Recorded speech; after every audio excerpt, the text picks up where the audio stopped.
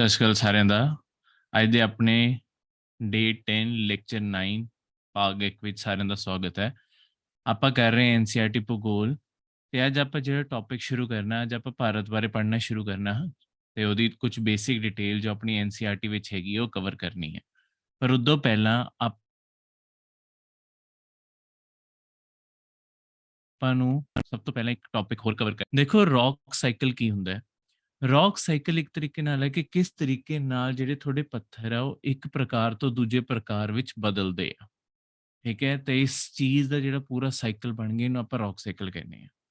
ਹੁਣ ਜਿਵੇਂ ਸਭ ਤੋਂ ਪਹਿਲਾਂ ਪੱਥਰ ਤੇ ਮਿੱਟੀ ਦੀ ਸ਼ੁਰੂਆਤ ਕਿੱਥੋਂ ਹੁੰਦੀ ਹੈ ਉੱਥੋਂ ਦੀ ਆਪਾਂ ਕਰਾਂਗੇ। ਦੇਖੋ, ਆਪਾਂ ਧਰਤੀ ਦੇ ਅੰਦਰ ਪੜ੍ਹਿਆ ਸੀ, ਜਦ ਵੀ ਇਹ ਤੁਹਾਡੀ ਟੈਕਟੋਨਿਕ ਪਲੇਟਾਂ ਹਿਲਦੀਆਂ, ਠੀਕ ਹੈ, ਇੱਕ ਦੂਜੇ ਤੋਂ ਦੂਰ ਜਾਂਦੀਆਂ, ਤਾਂ ਵਿੱਚੋਂ ਲਾਵਾ ਫਟ ਕੇ ਬਾਹਰ ਆਉਂਦਾ ਹੈ। ਹੁਣ ਜਦੋਂ ਇਹ ਲਾਵਾ ਫਟ ਕੇ ਬਾਹਰ ਆਊਗਾ ਤਾਂ ਬਾਹਰ ਆ ਕੇ ਇਹ ਸੁੱਕ ਜਾਂਦਾ ਹੈ, ਤੇ ਜੇ ਸੁੱਕ ਗਿਆ ਤਾਂ ਇਹ ਜੰਮ ਜੂਗਾ ਇੱਥੇ।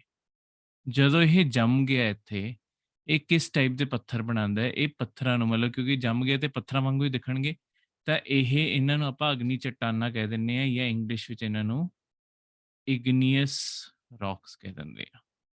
ਠੀਕ ਹੈ, ਤਾਂ ਜਦ ਵੀ ਤੁਹਾਡਾ ਲਾਵਾ ਠੰਡਾ ਹੋਊਗਾ ਉਹ ਬਣੂਗਾ ਅਗਨੀ ਚੱਟਾਨ।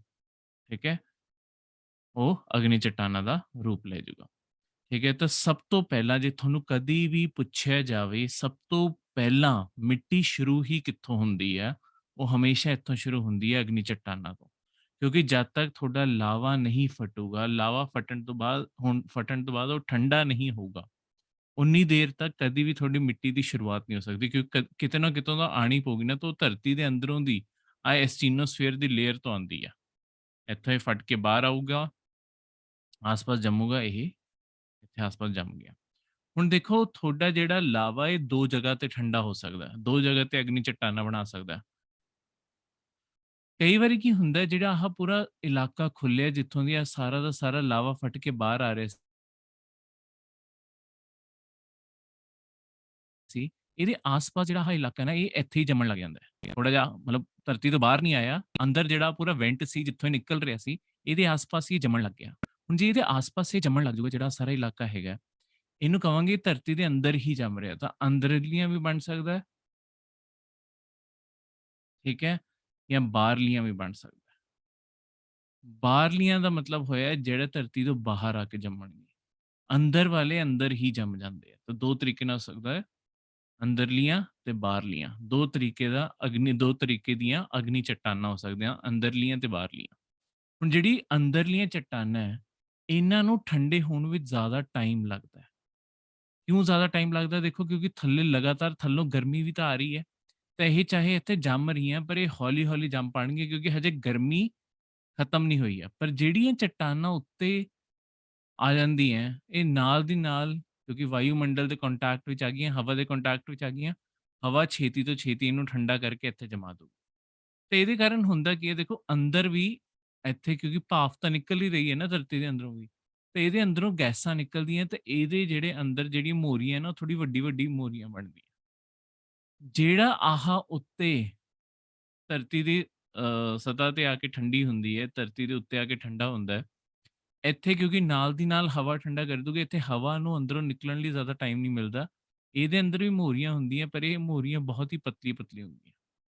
ਤਾਂ ਇਹਨਾਂ ਵਿੱਚ ਇਹ ਯਾਦ ਰੱਖਿਓ ਕਿ ਇਹ ਥੋੜੀ ਮੋਟੀ-ਮੋਟੀ ਮੋਰੀਆਂ ਵਾਲਾ, ਇਹ ਪਤਲੀ ਆ। ਤੇ ਇੱਕ ਆਹ ਕੁਐਸਚਨ ਆ ਵੀ ਆ ਸਕਦਾ ਹੈ ਕਿ ਸਭ ਤੋਂ ਪਹਿਲਾਂ ਸ਼ੁਰੂਆਤ ਹੀ ਕਿੱਥੋਂ ਹੁੰਦੀ ਹੈ, ਮਿੱਟੀ ਦੀ ਜਾਂ ਰੌਕ ਸਾਈਕਲ ਦੀ, ਜਿਹਨੂੰ ਵੀ ਆਪਾਂ ਕਹਿ ਸਕਦੇ ਹਾਂ। ਸਭ ਤੋਂ ਪ੍ਰਮੁੱਖ ਪੱਥਰ ਇਹਨਾਂ ਵਿੱਚੋਂ ਕਿਹੜੇ ਆ? ਉਹ ਅਗਨੀ ਚੱਟਾਨ ਹੈ। ਹੁਣ ਦੇਖੋ, ਜਿਹੜੀਆਂ ਵੀ ਚੱਟਾਨਾਂ ਜਿੱਥੇ ਮਰਜ਼ੀ ਬਣੀਆਂ, ਜਿਵੇਂ ਧਰਤੀ ਦੇ ਉੱਤੇ ਬਣੀਆਂ, ਹੁਣ ਲਗਾਤਾਰ ਕਦੀ ਵੀ ਇੱਥੋਂ ਦੀ ਥੋੜੀ ਹਵਾ ਚੱਲੂਗੀ, ਠੀਕ ਹੈ, ਜਾਂ ਇੱਥੇ ਇਹਦੇ ਆਸ-ਪਾਸ ਪਾਣੀ ਹੋਇਆ, ਪਾਣੀ ਕੀ ਕਰਦਾ? ਪਾਣੀ ਹੌਲੀ-ਹੌਲੀ ਇਸ ਪੱਥਰ ਨੂੰ ਤੋੜਦਾ ਜਾਂਦਾ, ਖੋਰਦਾ ਜਾਂਦਾ। ਤੇ ਜਦ ਵੀ ਮਤਲਬ ਹਵਾ ਵੀ ਤੇ ਪਾਣੀ ਵੀ, ਦੋਨੋਂ ਚੀਜ਼ਾਂ ਇਸ ਪੱਥਰ ਨੂੰ ਹੌਲੀ-ਹੌਲੀ ਤੋੜਦੀਆਂ ਜਾਣਗੀਆਂ। ਕਿਸੇ ਵੀ ਪੱਥਰ ਨੂੰ ਹਵਾ ਜਦ ਵੀ ਚੱਲਦੀ ਹੈ, ਹਵਾ ਪੱਥਰ ਨੂੰ ਹੌਲੀ-ਹੌਲੀ ਉਹਦੇ ਨਾਲ ਰਗੜ ਖਾਂਦੀ ਜਾਂਦੀ ਹੈ। ਜਿਵੇਂ-ਜਿਵੇਂ ਰਗੜ ਖਾਊਗੀ, ਉਹਦੇ ਵਿੱਚੋਂ ਉਹਦੇ ਹਿੱਸੇ ਟੁੱਟਦੇ ਜਾਣਗੇ ਤੇ ਉਹ ਵੀ ਮਿੱਟੀ ਬਣਦਾ ਜਾਊਗਾ, ਠੀਕ ਹੈ। ਇਹ ਮਿੱਟੀ ਹੁਣ ਕਿਤੇ ਨਾ ਕਿਤੇ ਪਾਣੀ ਜਾਂ ਹਵਾ ਨਾਲ ਜਾ ਕੇ ਕਿਤੇ ਨਾ ਕਿਤੇ ਹੁਣ ਪਾਣੀ ਸਿੱਟ ਵੀ ਦਿੰਦਾ। ਮਤਲਬ ਦੇਖੋ, ਪਹਿਲਾਂ ਜਿਹੜੇ ਅੱਡ-ਅੱਡ ਹਿੱਸੇ ਬਣ ਗਏ, ਇਹਨੂੰ ਇਸੇ ਪੱਥਰ ਨੂੰ ਹਜੇ ਆਪਾਂ ਲਾਉਂਦੇ ਹਾਂ, ਜਿਹੜਾ ਆਪਣੀਆਂ ਅਗਨੀ ਚੱਟਾਨਾਂ ਸੀਗੀਆਂ, ਜਦੋਂ ਇਹਨਾਂ ਨੂੰ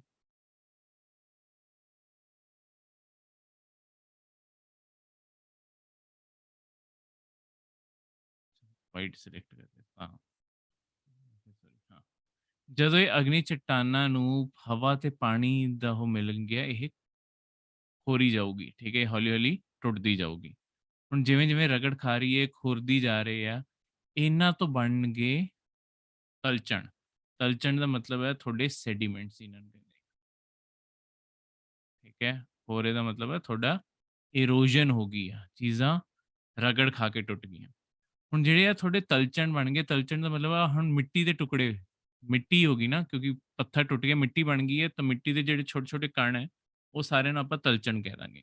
ਹੁਣ ਆਪਾਂ ਕਦੀ ਵੀ ਕਿਤੇ ਵੀ ਮਿੱਟੀ ਦੇਖਦੇ ਹਾਂ, ਦੇਖੋ ਮਿੱਟੀ ਕਦੀ ਵੀ ਚੱਲਦੀ ਹੈ, ਆਪਾਂ ਕਿਤੇ ਸਫਾਈ ਕਰਨਾ ਬੰਦ ਕਰ ਦਈਏ, ਕੁਛ ਵੀ ਕਰ ਦਈਏ, ਤਾਂ ਆਪਾਂ ਇੱਕ ਚੀਜ਼ ਦੇਖਦੇ ਹਾਂ, ਮਿੱਟੀ ਤੇ ਮਿੱਟੀ ਕਿਤੇ ਨਾ ਕਿਤੇ ਹਵਾ ਪਾਣੀ ਨਾਲ ਉੱਡ ਕੇ ਜਾਊਗੀ, ਕਿਤੇ ਨਾ ਕਿਤੇ ਜਮ੍ਹਾਂ ਹੋ ਰਹੀ ਹੁੰਦੀ ਹੈ। ਹੁਣ ਇਹ ਜਮ੍ਹਾਂ ਕਿਸ ਤਰੀਕੇ ਨਾਲ ਹੁੰਦੀ ਹੈ ਕਿ ਕਦੀ ਮਿੱਟੀ ਚੱਲੀ, ਇੱਕ ਲੇਅਰ ਬਣ ਗਈ, ਕਿਤੋਂ ਹੋਰ ਮਿੱਟੀ ਚੱਲੀ, ਉਹਨੇ ਉਹਦੇ ਉੱਤੇ ਲੇਅਰ ਬਣਾਤੀ, ਉਹਨੇ ਉੱਤੇ ਲੇਅਰ ਬਣਾਤੀ, ਉਹਨੇ ਉੱਤੇ। ਕਦੀ ਆਪਾਂ ਜਿਵੇਂ ਅੱਜ ਆਪਾਂ ਸ਼ਹਿਰਾਂ 'ਚ ਰਹਿੰਦੇ ਹਾਂ, ਲੈਟਸ ਸਪੋਜ਼ ਆਪਾਂ ਕੱਲ੍ਹ ਸ਼ਹਿਰਾਂ ਨੂੰ ਬਿਲਕੁਲ ਖਾਲੀ ਕਰਕੇ ਕਿਤੇ ਹੋਰ ਚਲੇ ਜਾਈਏ। ਦੇਖੋ ਇੱਦਾਂ ਜਿਹੜਾ ਥੋੜ੍ਹਾ ਸਿੰਧੂ ਘਾਟੀ ਸੱਭਿਅਤਾ, ਆਪਾਂ ਅੱਗੇ ਇਤਿਹਾਸ ਦੀ ਐਨਸੀਈਆਰਟੀ ਪੜ੍ਹਨੀ, ਉਹ 'ਚ ਆਪਾਂ ਪੜ੍ਹਾਂਗੇ। ਜਿਹੜੀ ਸੱਭਿਅਤਾ ਸੀਗੀ, ਉਹ ਆਪਾਂ ਨੂੰ ਨਾ ਧਰਤੀ ਦੇ ਥੱਲੇ ਦੱਬੀ ਹੋਈ ਮਿਲੀ ਹੈ। ਤਾਂ ਜੇ ਉਹਨਾਂ ਨੇ ਸ਼ਹਿਰ ਬਣਾਏ ਸੀ, ਉਹ ਧਰਤੀ ਦੇ ਥੱਲੇ ਥੋੜ੍ਹੀ ਬਣਾਏ ਸੀ। ਹੋਇਆ ਕੀ ਆ, ਉਹਨਾਂ ਨੇ ਸ਼ਹਿਰ ਖਾਲੀ ਕਰਤੇ, ਸਦੀਆਂ ਤੱਕ ਉਹ ਸ਼ਹਿਰਾਂ ਨੂੰ ਕਿਸੇ ਨੇ ਫਿਰ ਵਰਤਿਆ ਨਹੀਂ। ਤਾਂ ਹੋਇਆ ਕੀ, ਮਿੱਟੀ ਚੱਲਦੀ ਗਈ, ਪਾਣੀ ਆਉਂਦਾ ਗਿਆ, ਇੱਕ ਮਿੱਟੀ ਦੀ ਪਰਤ ਆਈ, ਫਿਰ ਦੂਜੀ ਆਈ, ਤੀਜੀ ਆਈ, ਕਰਦੇ ਕਰਾਂਦੇ ਮਿੱਟੀ ਨੇ ਉਹ ਸਾਰੇ ਸ਼ਹਿਰਾਂ ਨੂੰ ਢੱਕਤਾ। ਤੇ ਸਾਰੇ ਸ਼ਹਿਰ ਥੱਲੇ ਦੱਬੇ ਗਏ। ਉਹ ਤਾਂ ਆਪਾਂ ਨੂੰ ਬਾਈ ਚਾਂਸ ਖੁਦਾਈ ਕਰਦੇ ਹੋਏ ਸ਼ਹਿਰ ਦੁਬਾਰਾ ਤੋਂ ਮਿਲ ਗਏ। ਇੱਦਾਂ ਦੇ ਪਤਾ ਨਹੀਂ ਦੁਨੀਆ 'ਚ ਕਿੰਨੇ ਸਾਰੇ ਸ਼ਹਿਰ ਹੋਣੇ ਆ ਜਿਹੜੇ ਹੁਣ ਖੋ ਚੁੱਕੇ ਆ। ਠੀਕ ਹੈ? ਤਾਂ ਮਿੱਟੀ ਹਜ਼ਾਰਾਂ ਲੱਖਾਂ ਸਾਲਾਂ ਵਿੱਚ, ਹਜ਼ਾਰਾਂ ਸਾਲਾਂ ਵਿੱਚ ਹੀ ਵੈਸੇ ਤਾਂ ਇੱਦਾਂ ਇੱਕ ਦੇ ਉੱਤੇ ਇੱਕ ਪਰਤ ਬਣਾ ਕੇ ਇੱਦਾਂ ਆਪਣੀ ਲੇਅਰ ਖੁਦ ਉੱਤੇ ਚੱਕ ਦਿੰਦੀ ਹੈ। ਜਿਹੜੀ ਵੀ ਚੀਜ਼ ਬਣੀ ਹੁੰਦੀ ਹੈ ਉਹਨੂੰ ਥੱਲੇ ਦਫ਼ਨ ਕਰ ਦਿੰਦੀ ਹੈ। ਠੀਕ ਹੈ? ਤਾਂ ਇਸ ਕਾਰਨ ਪਰ ਇਹ ਹੌਲੀ-ਹੌਲੀ ਇੱਕ-ਇੱਕ ਕਰਕੇ ਪਰਤ ਬਣਦੀ ਹੈ। ਇੱਕ ਦੇ ਉੱਤੇ ਇਹ ਇੱਕ ਪਰਤ ਬਣਦੀ ਹੈ। ਹੁਣ ਦੇਖੋ ਜਦ ਵੀ ਮਿੱਟੀ ਆਪਾਂ ਕਦੇ ਵੀ ਦੇਖਦੇ ਹਾਂ, ਮਿੱਟੀ ਆਪਣੇ ਆਪ 'ਚ ਇਕੱਲੀ ਮਿੱਟੀ ਨਹੀਂ ਹੁੰਦੀ ਨਾ, ਇਹਦੇ ਅੰਦਰ ਹੁਣ ਜਿਹੜੇ ਵੀ ਕੋਈ ਪੱਤੇ ਗਿਰੇ ਹੋਣਗੇ, ਕੋਈ ਹੋਰ ਬ੍ਰਿਕ ਪੂਰਾ ਗਿਰਿਆ ਹੋਊਗਾ, ਉਹ ਸਾਰੇ ਵੀ ਇਹਦੇ ਅੰਦਰ ਹੀ ਗਿਰ ਚੁੱਕੇ ਹੋਣਗੇ, ਉਹਦੇ ਉੱਤੇ ਵੀ ਮਿੱਟੀ ਆ ਗਈ ਹੋਊਗੀ, ਠੀਕ ਹੈ? ਫਿਰ ਜੇ ਕੋਈ ਜਾਨਵਰ ਮਰਿਆ ਹੈ, ਜਾਨਵਰ ਵੀ ਇਹਦੇ ਅੰਦਰ ਹੀ ਮਰ ਚੁੱਕਿਆ ਹੋਊਗਾ, ਠੀਕ ਹੈ? ਤੇ ਉਹ ਵੀ ਮਿੱਟੀ ਦੇ ਅੰਦਰ ਹੋਊਗਾ। ਤੇ ਇਸ ਤਰੀਕੇ ਨਾਲ ਜਦ ਵੀ ਇੱਦਾਂ ਕਿਸੀ ਵੀ ਜਗ੍ਹਾ ਤੇ ਤੁਹਾਡੇ ਇਹ ਸਾਰੇ ਦੇ ਸਾਰੇ ਇਕੱਠੇ ਹੋ ਜਾਂਦੇ, ਇਹਦਾ ਪੂਰੀ ਇੱਕ ਲੇਅਰ ਬਣ ਜਾਂਦੀ ਹੈ। ਇਹ ਜਿਸ ਟਾਈਪ ਦੀ ਪੱਥਰ ਬਣਾਉਂਦੇ ਉਹਨੂੰ ਆਪਾਂ ਕਹਿੰਦੇ ਆ ਤਲਚਣ ਚੱਟਾਨਾਂ। ਜਦ ਮਿੱਟੀ ਇੱਕ ਜਗ੍ਹਾ ਤੇ ਇਕੱਠੀ ਹੋ ਕੇ ਆਪਸ ਜੁੜ ਕੇ ਇੱਦਾਂ ਰਹਿਣ ਲੱਗ ਗਈ, ਇਹਨੂੰ ਆਪਾਂ ਕਵਾਂਗੇ ਤਲਚਣ ਚੱਟਾਨਾਂ। ਹੁਣ ਤਲਚਣ ਚੱਟਾਨਾਂ 'ਚ ਇਹੀ 2 ਸਭ ਤੋਂ ਪ੍ਰਮੁੱਖ ਫੀਚਰ ਹੈ। ਇੱਕ ਤਾਂ ਦੇਖੋ ਇਹ ਸਾਰੇ ਦੇ ਸਾਰੇ ਇੱਕੋ ਜਿਹੇ ਨਹੀਂ ਦਿਖਦੇ। ਜਿਵੇਂ ਆਹ ਸਾਰਾ ਪੱਥਰ ਹੋਊਗਾ ਬਿਲਕੁਲ ਸੇਮ ਜਿਹਾ ਦਿਖ ਰਿਹਾ ਹੋਊਗਾ ਪੱਥਰ। ਕਿਉਂ ਇਹ ਸੇਮ ਜਿਹਾ ਦਿਖ ਰਿਹਾ ਹੋਊਗਾ? ਕਿਉਂਕਿ ਇਹ ਤਾਂ ਸਾਰਾ ਜਦ ਲਾਵਾ ਫਟਿਆ ਸੀ, ਉਦੋਂ ਬਾਅਦ ਜੰਮਿਆ ਤੇ ਬਿਲਕੁਲ ਸਾਰਾ ਦਾ ਸਾਰਾ ਬਰਾਬਰ ਇਕੱਠਾ ਹੀ ਬਣਿਆ। ਪਰ ਇੱਥੇ ਮਿੱਟੀ ਦੀ ਇੱਕ-ਇੱਕ ਪਰਤ ਇਕੱਠੀ ਹੋਈ ਹੈ। ਤਾਂ ਜਿਹੜੀ ਤਲਚਣ ਚੱਟਾਨਾਂ ਹੁੰਦੀਆਂ, ਇਹਨਾਂ ਦੀਆਂ ਪਰਤਾਂ ਹੁੰਦੀਆਂ ਅੱਡ-ਅੱਡ।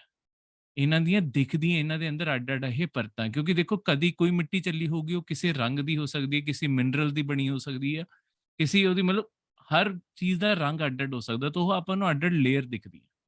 ਦੂਜੀ ਚੀਜ਼ ਜਿਹੜੀ ਇਹਦੇ ਅੰਦਰ ਹੈਗੀ ਹੈ, ਉਹ ਹੈਗੀ ਹੈ ਕਿ ਇਹਦੇ ਅੰਦਰ ਨਾ ਆਪਾਂ ਨੂੰ, ਜਿਨ੍ਹਾਂ ਨੂੰ ਆਪਾਂ ਕਹਿੰਦੇ ਹਾਂ ਫੋਸਿਲ, ਆਪਾਂ ਨੂੰ ਇਹਦੇ ਅੰਦਰ ਫੋਸਿਲ ਵੀ ਮਿਲਦੇ ਆ। ਫੋਸਿਲ ਦਾ ਮਤਲਬ ਹੁੰਦਾ ਜਿੰਨੇ ਵੀ ਜੀਵਿਕ ਚੀਜ਼ਾਂ ਸੀ, ਚਾਹੇ ਤੁਹਾਡੇ ਪਲਾਂਟ ਸੀਗੇ, ਚਾਹੇ ਐਨੀਮਲ ਸੀ ਜਿਹੜੇ ਮਰ ਚੁੱਕੇ ਆ, ਉਹਨਾਂ ਦੇ ਜਿਹੜੇ ਕਈ ਵਾਰ ਰਿਮੇਨ ਮਿਲਦੇ ਆ, ਜਿਵੇਂ ਡਾਇਨਾਸੌਰ ਦੇ ਹੋ ਗਏ, ਉਹ ਆਪਾਂ ਨੂੰ ਆਹ ਤਲਚਣ ਚੱਟਾਨਾਂ 'ਚ ਹੀ ਮਿਲਦੇ ਆ, ਕਿਉਂਕਿ ਇਹਨਾਂ ਦੇ ਇੱਥੇ ਮਰ ਗਏ ਸੀ, ਇਹਦੇ ਉੱਤੇ ਮਿੱਟੀ ਪੈ ਕੇ ਇਹ ਦਬ ਗਏ ਥੱਲੇ। ਹੋਰ ਕਿਸੇ ਵੀ ਟਾਈਪ ਦੀ ਚੱਟਾਨਾਂ ਵਿੱਚ ਇਹ ਆਪਾਂ ਨੂੰ ਨਹੀਂ ਮਿਲਣਗੇ। ਇਹ ਸਿਰਫ ਆਪਾਂ ਨੂੰ ਚੱਟਾਨਾਂ ਇੱਥੇ ਮਿਲਣੀ ਹੈਗੀ, ਤੇ ਇਹ ਸਿਰਫ ਆਪਾਂ ਨੂੰ ਤਲਚਣ ਚੱਟਾਨਾਂ ਦੇ ਅੰਦਰ ਹੀ ਮਿਲਦੇ ਆ। ਇਹ ਚੀਜ਼ ਯਾਦ ਰੱਖਿਓ। ਦੇਖੋ ਜਿਹੜੀਆਂ ਮੈਂ ਚੀਜ਼ਾਂ ਦੱਸਦਾ ਜਾ ਰਿਹਾ ਪੇਪਰ ਵਿੱਚ, ਆਪਣੇ ਆਪ 'ਚ ਇਹੀ ਕੁਐਸਚਨ ਬਣਦੀਆਂ, ਤੇ ਯਾਦ ਰੱਖਿਓ ਕਿ ਇਹਦੀ ਹਰ ਪਰਤ ਇਸੇ ਕਾਰਨ, ਇਹ ਪਹਿਲੀ ਗੱਲ ਤਾਂ ਇਹ 'ਚ ਪਰਤਾਂ ਬਣਦੀਆਂ, ਤੇ ਪਰਤਾਂ ਸਾਰੀਆਂ ਦੀਆਂ ਸਾਰੀਆਂ ਅੱਡ-ਅੱਡ ਦਿਖਦੀਆਂ ਇੱਕ ਦੂਜੇ ਤੋਂ। ਇਹ 'ਚ ਕੋਈ ਪਰਤ ਨਹੀਂ ਬਣਦੀ, ਠੀਕ ਹੈ? ਇਹਦੇ ਅੰਦਰ ਆਪਾਂ ਨੂੰ ਫੋਸਿਲ ਮਿਲਦੇ ਆ, ਹੋਰ ਕਿਸੇ ਵਿੱਚ ਵੀ ਫੋਸਿਲ ਨਹੀਂ ਮਿਲਦੇ। ਜੇ ਤੁਹਾਨੂੰ ਪੁੱਛਿਆ ਜਾਵੇ ਸਭ ਤੋਂ ਪ੍ਰਮੁੱਖ ਚੱਟਾਨਾਂ ਕਿਹੜੀਆਂ, ਉਹ ਆਹ ਆਪਣੀਆਂ ਹੈਗੀਆਂ ਅਗਨੀ ਚੱਟਾਨਾਂ। ਆਹ ਤਲਚਣ ਚੱਟਾਨਾਂ ਨੂੰ ਇੰਗਲਿਸ਼ ਵਿੱਚ ਕਹਿੰਦੇ ਆ ਸੈਡੀਮੈਂਟਰੀ, ਕਿਉਂਕਿ ਸੈਡੀਮੈਂਟਸ ਤੋਂ ਬਣੇ ਆ, ਸੈਡੀਮੈਂਟਰੀ ਰੌਕਸ। ਠੀਕ ਹੈ। ਹੁਣ ਇਸ ਤੋਂ ਬਾਅਦ ਆਹ ਤਲਚਣ ਚੱਟਾਨਾਂ ਤੋਂ ਬਾਅਦ ਦੇਖੋ ਕਦੀ ਵੀ ਕੋਈ ਵੀ ਪੱਥਰ, ਚਾਹੇ ਤੁਹਾਡਾ ਅਗਨੀ ਚੱਟਾਨ ਹੈ, ਚਾਹੇ ਤੁਹਾਡੀ ਆਹ ਤਲਚਣ ਚੱਟਾਨ ਹੈ, ਇਹਨਾਂ ਵਿੱਚੋਂ ਕੋਈ ਵੀ ਤੁਹਾਡਾ ਪੱਥਰ ਜੇ ਕਦੀ ਵੀ ਜ਼ਿਆਦਾ ਤਾਪਮਾਨ ਤੇ ਦਬਾਅ ਵਿੱਚ ਆ ਜੇ, ਹੁਣ ਇਹ ਕਿੱਦਾਂ ਹੋਊਗਾ? ਦੇਖੋ ਇਹ ਧਰਤੀ ਦੇ ਅੰਦਰ ਮੰਨ ਲਓ ਤੁਸੀਂ ਆਹ ਤਲਚਣ ਚੱਟਾਨ ਹੈ, ਤਲਚਣ ਚੱਟਾਨ ਹੌਲੀ-ਹੌਲੀ ਕਿਉਂਕਿ ਮਿੱਟੀ ਉੱਤੇ ਲੇਅਰ ਬਣਾਉਂਦੀ ਜਾ ਰਹੀ ਹੈ ਤੇ ਜਾਣੀ ਜਿਹੜਾ ਪਹਿਲਾਂ ਪੱਥਰ ਬਣਿਆ ਉਹ ਥੱਲੇ ਦਬਦਾ ਜਾ ਰਿਹਾ। ਹੁਣ ਇਦਾਂ ਦੀ ਇੱਕ ਜਗ੍ਹਾ ਤੇ ਮੰਨ ਲਓ ਕਿ ਦਬ-ਦਬ ਕੇ ਇੱਥੇ ਪਹੁੰਚ ਗਿਆ ਕਿ ਜਿਹੜੀ ਥੱਲੇ ਆਪਣੀ ਐਸਟੀਨੋਸਫੀਅਰ ਹੈ, ਜਿਹੜੀ ਬਿਲਕੁਲ ਹੀ ਪਿਘਲੀ ਪਈ ਹੈ, ਆਪਾਂ ਪਹਿਲਾਂ ਪੜ੍ਹੇ ਇਸ ਸਾਰੀ ਚੀਜ਼ ਨੂੰ, ਇੱਥੇ ਆਹ ਬਿਲਕੁਲ ਹੀ ਪਲਾਸਟਿਕ ਸਟੇਟ ਵਿੱਚ ਆ, ਠੀਕ ਹੈ, ਪੂਰੀ ਅੱਗ ਨਿਕਲ ਰਹੀ ਹੈ ਇੱਥੋਂ, ਤਾਂ ਇਹ ਅੱਗ ਪੱਥਰਾਂ ਦੇ ਥਰੂ ਵੀ ਤਾਂ ਟਰਾਂਸਫਰ ਹੋ ਰਹੀ ਹੁੰਦੀ ਹੈ ਤੇ ਇਹਨੂੰ ਥੱਲੋਂ ਗਰਮੀ ਆ ਰਹੀ, ਪਿਘਲੂਗੀ ਨਹੀਂ ਹਜੇ, ਪਰ ਇਹਨੂੰ ਗਰਮੀ ਜ਼ਰੂਰ ਆ ਰਹੀ ਹੈ ਤੇ ਉੱਤੋਂ ਦੀ ਜਿਹੜਾ ਆਹ ਵੇਟ ਪਿਆ, ਆਹ ਵੇਟ ਜਿਹੜਾ ਉੱਤੋਂ ਪੈ ਗਿਆ, ਜਿਹੜਾ ਉੱਤੋਂ ਆਹ ਵੇਟ ਪੈ ਰਿਹਾ, ਇੱਕ ਤਰੀਕੇ ਨਾਲ ਦਬਾਅ ਹੀ ਤਾਂ ਹੈਗਾ, ਤਾਂ ਥੱਲੋਂ ਦੀ ਤਾਪ ਆਇਆ, ਉੱਤੋਂ ਦੀ ਥੋੜਾ ਦਬਾਅ ਆਇਆ। ਇਦਾਂ ਦੇ ਪੱਥਰਾਂ ਵਿੱਚ ਕੀ ਹੁੰਦਾ ਹੈ, ਇਹ ਆਪਸ 'ਚ ਦੋਨੋਂ ਪਾਸੇ ਦਬਾਅ ਵੀ ਲੱਗ ਰਿਹਾ, ਦੇਖੋ ਗਰਮੀ ਨਾਲ ਇਹ ਥੋੜੇ-ਥੋੜੇ ਲਚਕੀਲੇ ਹੋ ਜਾਣਗੇ ਤੇ ਦਬਾਅ ਨਾਲ ਹੋਰ ਥੋੜੇ ਦੱਬੇ ਜਾਣਗੇ। ਤਾਂ ਜੇ ਥੋੜਾ ਸੋ ਤਲਚਣ ਚੱਟਾਨਾਂ ਹੀ ਦੱਬੀਆਂ ਜਾਂਦੀਆਂ ਤਾਂ ਇਹ ਕੁਛ ਇਦਾਂ ਦੀਆਂ ਦਿਖਣ ਲੱਗ ਜਾਣਗੀਆਂ ਕਿ ਆਹ ਜਿੰਨੀਆਂ ਆਹ ਤੁਹਾਡੀਆਂ ਪਰਤਾਂ ਬਣੀਆਂ ਸੀ, ਇਹ ਪਰਤਾਂ ਹੁਣ ਆਪਸ 'ਚ ਹੀ ਦੱਬੀਆਂ ਗਈਆਂ। ਤਾਂ ਹੁਣ ਇੱਥੇ ਇਹ ਜਿਹੜੀਆਂ ਸਾਰੀਆਂ ਦੀਆਂ ਸਾਰੀਆਂ ਆਪਣੀਆਂ ਅੱਡ-ਅੱਡ ਆਹ ਲੇਅਰ ਬਣੀਆਂ ਸੀ, ਇਹ ਹੁਣ ਅੱਡ-ਅੱਡ ਨਹੀਂ ਆਪਾਂ ਨੂੰ ਦਿਖਣਗੀਆਂ, ਇਹ ਸਾਰੀਆਂ ਆਪਸ 'ਚ ਮਿਕਸ ਹੋ ਗਈਆਂ। ਇਸੇ ਕਾਰਨ ਜਿਹੜਾ ਇਹਦਾ ਰੰਗ ਵੀ ਆ ਉਹ ਵੀ ਸਾਰਾ ਮਿਕਸ ਹੋ ਜਾਂਦਾ, ਇਹ ਦੱਬੀਆਂ ਜਾਂਦੀਆਂ ਆਪਸ 'ਚ, ਠੀਕ ਹੈ। ਇੱਥੇ ਜਿਵੇਂ ਆਪਾਂ ਸਾਰੀ ਪਰਤਾਂ ਵਿੱਚ ਫ਼ਰਕ ਕਰ ਸਕਦੇ ਹਾਂ, ਇੱਥੇ ਆਪਾਂ ਪਰਤਾਂ ਵਿੱਚ ਹੁਣ ਫ਼ਰਕ ਨਹੀਂ ਕਰ ਸਕਦੇ, ਉਹ ਸਾਰੀਆਂ ਪਰਤਾਂ ਮਿਕਸ ਹੋ ਗਈਆਂ। ਹੁਣ ਇਦਾਂ ਦੇ ਪੱਥਰਾਂ ਨੂੰ ਆਪਣਾ ਬੋਲਿਆ ਜਾਂਦਾ ਮੀਜ਼ੋਸਫੇਰਿਕ ਚੱਟਾਨਾਂ, ਠੀਕ ਹੈ। ਅ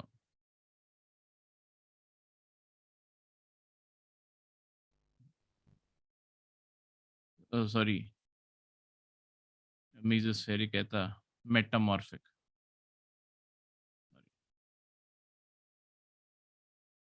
मेसोस्फेयर ਤਾਂ ਲੇਅਰ ਸੀਗੀ ਜਿਹੜੀ ਆਪਾਂ ਪੜ੍ਹੀ ਸੀ, ਮੈਟਾਮॉर्फिक ਰੌਕਸ, ਠੀਕ ਹੈ।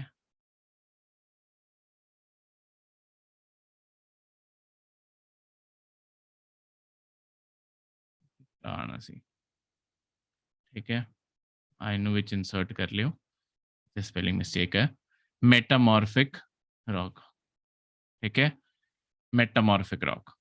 ਹੁਣ ਦੇਖੋ ਜੇ ਕਦੀ ਵੀ ਮੈਟਾਮॉर्फिक ਰੌਕ ਹੋਰ ਥੱਲੇ ਨੂੰ ਚਲੇ ਗਏ, ਇਹ ਤੁਹਾਡੇ ਪਿਘਲਣ ਲੱਗ ਜਾਣਗੇ, ਪਿਘਲਣਗੇ ਤਾਂ ਫਿਰ ਲਾਵਾ ਬਣ ਜਾਣਗੇ, ਲਾਵਾ ਬਣਨਗੇ ਕਦੀ ਨਾ ਕਦੀ ਕਿਤੋਂ ਫਟਣਗੇ, ਇਸ ਤਰੀਕੇ ਨਾਲ ਪੂਰਾ ਸਾਈਕਲ ਹੋ ਗਿਆ।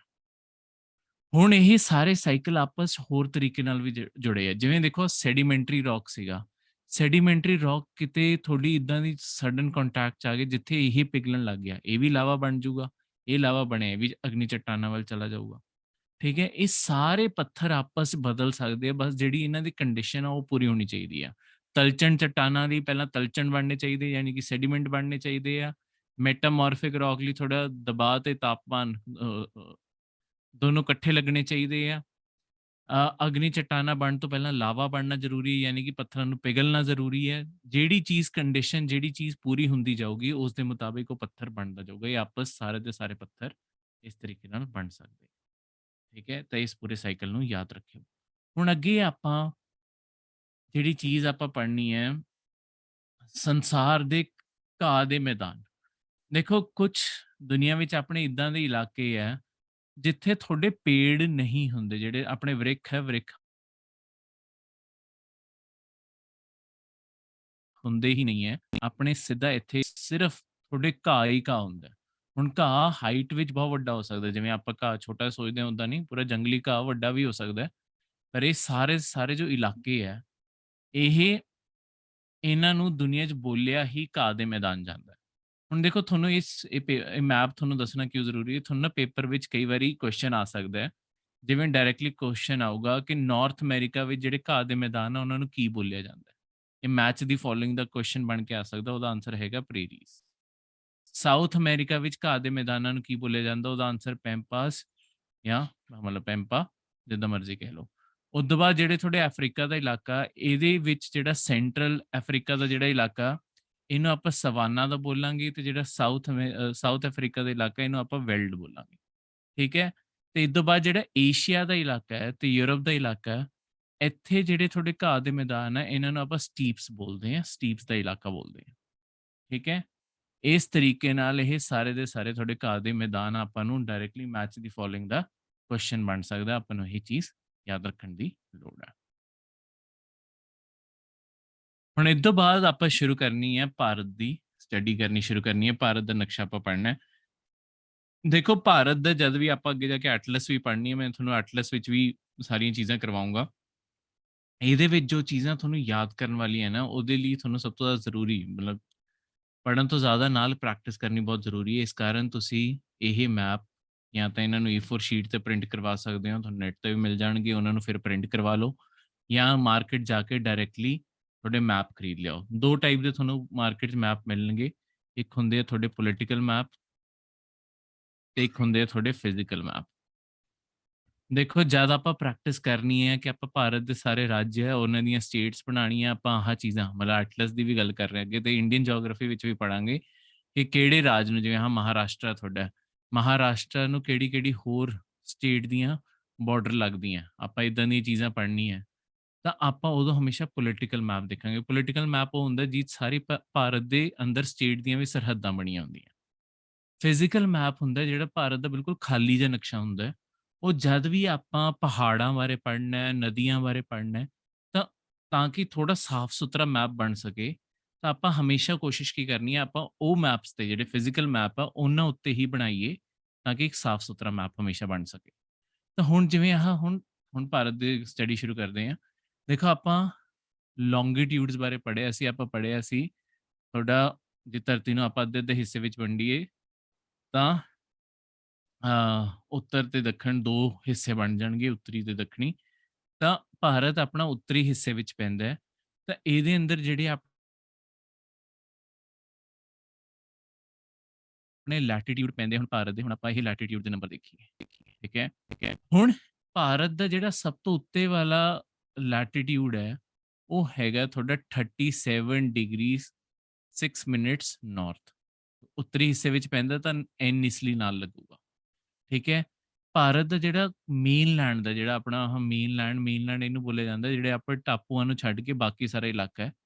ਠੀਕ ਹੈ। ਤਾਂ ਆਪਣੇ ਸਭ ਤੋਂ ਥੱਲੇ ਕੰਨਿਆ ਕੁਮਾਰੀ ਪੈਂਦਾ, ਇਹ ਪੈਂਦਾ 8 ਡਿਗਰੀ 4 ਮਿੰਟਸ ਨਾਰਥ ਤੇ। ਇਹਦੇ ਇਲਾਵਾ ਭਾਰਤ ਇਦੋਂ ਵੀ ਥੱਲੇ ਨੂੰ ਜਾਂਦਾ ਹੈ, ਕਿਉਂਕਿ ਜਿਹੜਾ ਆਪਣੇ ਅੰਡੇਮਾਨ ਐਂਡ ਨਿਕੋਬਾਰ ਦੇ ਟਾਪੂ ਹੈ ਨਾ, ਇਹਦੇ ਵਿੱਚ ਨਿਕੋਬਾਰ ਦਾ ਸਭ ਤੋਂ ਥੱਲੇ ਆਈਲੈਂਡ ਜਿਹੜਾ ਹੈਗੇ ਆ, ਉਹ ਭਾਰਤ ਦੇ ਮੇਨਲੈਂਡ ਤੋਂ ਵੀ ਥੱਲੇ ਚਲੇ ਜਾਂਦੇ ਆ। ਤਾਂ ਭਾਰਤ ਵੈਸੇ ਜਾ ਕੇ 6 ਡਿਗਰੀ 45 ਮਿੰਟਸ ਨਾਰਥ ਤੇ ਜਾ ਕੇ ਖਤਮ ਹੁੰਦਾ, ਜਿਹਨੂੰ ਆਪਾਂ ਇੰਦਰਾ ਪੁਆਇੰਟ ਵੀ ਕਹਿੰਦੇ ਆ, ਜਿਹੜਾ ਭਾਰਤ ਦਾ ਸਭ ਤੋਂ ਆਖਰੀ ਪੁਆਇੰਟ ਹੈ। ਠੀਕ ਹੈ। ਤਾਂ ਆਪਣੇ ਆਪ 'ਚ ਭਾਰਤ ਤੁਹਾਡਾ 6 ਡਿਗਰੀ 45 ਮਿੰਟਸ ਨਾਰਥ ਤੋਂ ਲੈ ਕੇ 37 ਡਿਗਰੀ 6 ਮਿੰਟਸ ਨਾਰਥ ਤੱਕ ਫੈਲਿਆ ਹੋਇਆ। ਦੂਜੇ ਪਾਸੇ ਜੇ ਭਾਰਤ ਦੀ ਚੌੜਾਈ ਦੇਖੀਏ ਤਾਂ ਭਾਰਤ ਦੀ ਚੌੜਾਈ ਹੁਣ ਆਪਣੇ ਈਸਟਰਨ ਵਰਲਡ ਪੈ ਗਿਆ। ਠੀਕ ਹੈ। ਤੇ ਇਸ ਕਾਰਨ ਇੱਥੇ ਦੋਨੋਂ ਈਸਟ ਲਿਖੇ ਹੋਏ ਆ। ਤਾਂ ਭਾਰਤ ਇੱਥੇ ਗੁਜਰਾਤ ਦਾ ਜਿਹੜਾ ਇਲਾਕਾ ਇੱਥੇ 68 ਡਿਗਰੀ 7 ਮਿੰਟਸ ਤੋਂ ਸ਼ੁਰੂ ਹੋ ਕੇ 97 ਡਿਗਰੀ 25 ਮਿੰਟਸ ਈਸਟ ਤੱਕ ਭਾਰਤ ਫੈਲਿਆ ਹੋਇਆ। ਤਾਂ ਆਲਮੋਸਟ 30 ਡਿਗਰੀ ਦਾ ਇੱਥੇ ਫਰਕ ਆ ਗਿਆ, ਤੇ ਉੱਥੇ ਵੀ ਆਲਮੋਸਟ 30 ਡਿਗਰੀ ਦਾ, 30 ਡਿਗਰੀ ਦੀ ਦੋਨੋਂ ਸਾਈਡ ਤੇ ਆਪਣੀ ਲੰਬਾਈ ਤੇ ਚੌੜਾਈ ਹੈ।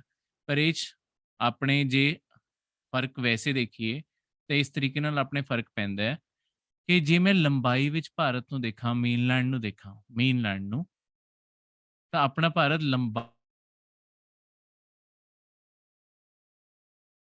ਵਿੱਚ ਲਿਖਿਆ ਹੈ 3214 ਕਿਲੋਮੀਟਰ ਲੰਬਾ ਹੈ। ਜੇ ਚੌੜਾਈ ਵਿੱਚ ਦੇਖੀਏ ਤਾਂ ਆਪਣਾ ਭਾਰਤ 2933 ਕਿਲੋਮੀਟਰ ਲੰਬਾ ਚੌੜਾ, ਲੰਬਾ ਕਹਿੰਦਾ ਚੌੜਾ ਹੈ। ਠੀਕ ਹੈ। ਤਾਂ ਇੱਕ ਚੀਜ਼ ਤੁਸੀਂ ਦੇਖੋਗੇ ਤਾਂ ਤੁਹਾਡੀ ਭਾਰਤ ਦੀ ਲੰਬਾਈ ਜ਼ਿਆਦਾ ਹੈ, ਚੌੜਾਈ ਘੱਟ ਹੈ। ਲੰਬਾਈ ਵਿੱਚ 3214 ਹੈ, ਚੌੜਾਈ ਵਿੱਚ 2933 ਹੈ। ਤਾਂ ਇਦਾਂ ਦੀ ਤੁਹਾਡੇ ਪੇਪਰ ਵਿੱਚ ਸਟੇਟਮੈਂਟ ਵੀ ਬਣ ਕੇ ਆ ਜਾਂਦੀ ਹੈ, ਤੇ ਛੋਟੇ-ਮੋਟੇ ਕੋਈ ਹੋਰ ਜੇ ਤੁਸੀਂ ਸਟੇਟ ਦੇ ਪੇਪਰ ਦਿੰਦੇ ਹੋ, ਉੱਥੇ ਇੱਦਾਂ ਦੀਆਂ ਚੀਜ਼ਾਂ ਕੁਐਸਚਨ ਵੀ ਬਣ ਜਾਂਦੀਆਂ।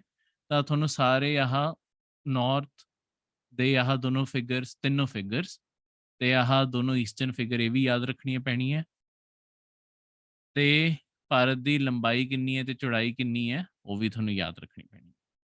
ਠੀਕ ਹੈ?